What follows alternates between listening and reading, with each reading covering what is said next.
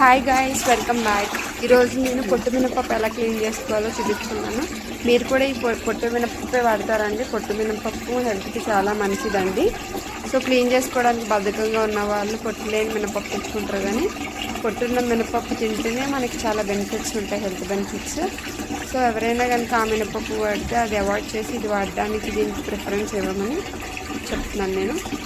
ఇది చూడండి, క్లీన్ ఎలా చేసుకోవాలంటే వాటర్ని నింపేసుకొని దాన్ని మొత్తం బాగా మెత్తగా ఇలాగా కలుపుకోవాలన్నమాట. కలుపుకొని వాటర్ పోసుకొని గిన్నె విధంగా చేసి మనము చూడండి, అక్కడ మా నాన్నని చూపిస్తున్న విధంగా మనం క్లీన్ చేసుకుంటే మనకి అలా కుక్కంతా బయటకు వచ్చేసి పప్పు అంతా లోపల ఉంటుంది.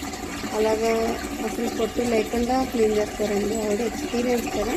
సో ఇది ఎంతైనా ఎక్స్పీరియన్స్ పర్సన్స్ ఇంట్లో ఉంటే మనకి చాలా బెనిఫిట్స్ ఉంటాయండి.